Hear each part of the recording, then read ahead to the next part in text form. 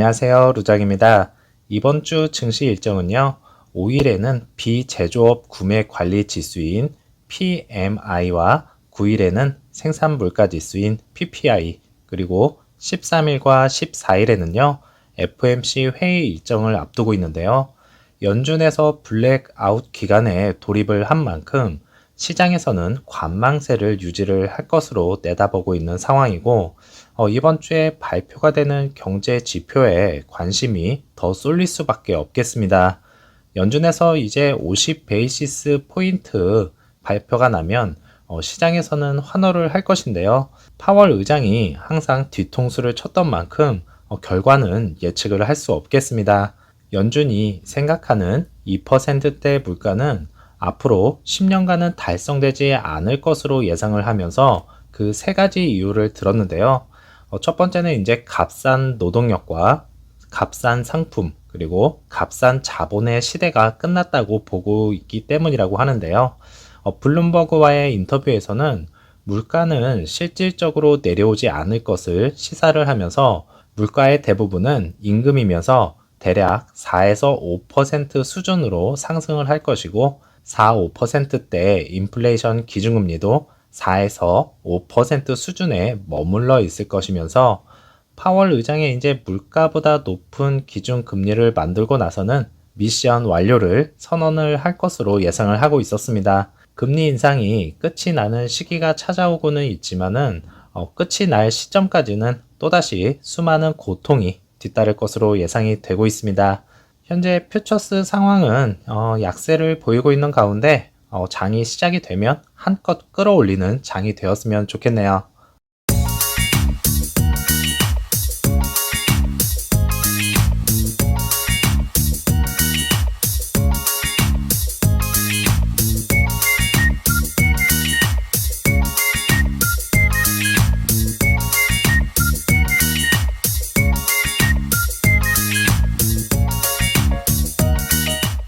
지난 영상에서 루시드 사파이어와 오토바이 드래그 레이스가 펼쳐질 것을 예고를 하는 사진이 공개가 되었었는데요.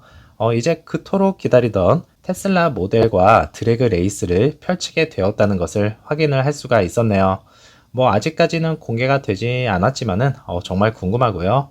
영상이 올라오면 바로 언급을 해드리도록 하겠습니다. EV의 모터의 진화는 이제 막 시작이 되었는데요. 더 작고, 더 가볍고, 더 간단하고, 더 강력하면서 더 효율적으로 변화하고 있는 상황으로서 최고의 기술력에는 당연히 루시드 그룹의 모터가 있는 것을 확인을 할 수가 있었습니다. 결국에는 EV 시장에서의 효율성은 돈과 직결이 되는 만큼 모터의 소형화와 더 강력한 모터의 조합은 앞으로의 장기적인 기업의 입장에서는 당연히 긍정적인 요소로 작용을 할 수밖에 없겠고요. 하지만 이제 그 기업이 성장하는 과정에서 상당한 돈과 시간이 필요한 만큼 기업이 원하는 방향성과 추구하는 것이 뚜렷하다면 장기로 투자할 가치가 있다고 보고 있고요. 앞으로 애리조나 공장에서 더 많은 차량들이 생산이 될 예정이면서 2029년까지 6,000개의 일자리 창출과 100밀리언 달러 이상의 경제적 효과를 창출할 것입니다. 폭락하기 전에 팔아야 할 고평가된 주식 3가지 중에서는요, 루시드가 포함이 된 것을 확인을 할 수가 있었는데요.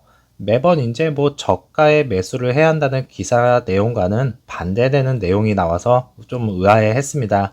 한번 살펴보면 뭐 결국에는 고평가된 종목은 공매도 때문이라는 것인데요. 수요 문제로 인해서 공매도 비중이 점점 높아지고 있는 루시드이고 이 과대평가된 주식 목록의 마지막은 여러 문제에 직면한 또 다른 회사인 EV 제조업체인 루시드라고 이야기를 하면서 지난 분기에 생산량을 또 걸고 넘어졌습니다. 60% 정도만 인도를 하였고요. 예약 감소 또한 인상적이지 않았다 이렇게 말을 하고 있네요. 그리고 올해 6,500대에서 7,000대 생산을 할 수 있을 것이면서 원래 목표인 2만 대에서는 훨씬 못 미치는 결과라고 말을 합니다.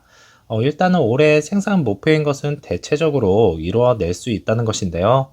결국에는 매출이 잡혀야 하는 딜리버리, 이 과제가 앞을 가로막고 있는 것을 우려를 하고 있는 것이겠고 원래 목표인 2만 대를 빠르게 채우지 못한다면 공매도도 끊임없이 물고 뜯을 거라 봅니다. 그 목표를 채우기 위해서 코스모스 실버 색상의 에어 투어링이 생산이 되고 딜리버리를 시작을 한 것을 확인을 할 수가 있었고요. 에어 퓨어 또한 생산이 이루어지고 있는 것을 확인을 할 수가 있었습니다. 사실 루시드 그룹은 아직 갈 길이 멀었습니다. 하지만 빠르게 성장을 하고 있는 것도 사실이고요. 그리고 매일 저점을 갱신을 하는 것도 보여주고 있으면서 투자자들을 불안에 떨고 있게 만들고 있고, 장기적으로 보는 입장과 단기적으로 보는 입장은 하루라도 빨리 저점을 찍고 상승하기를 바라는 마음뿐일 겁니다. 수많은 잡음들이 끊임없이 괴롭힐지라도요, 잘 버텨서 매일 웃는 그날이 찾아왔으면 좋겠네요. 오늘도 즐거운 하루 보내시고요. 다음 영상에서 찾아뵙겠습니다. 감사합니다.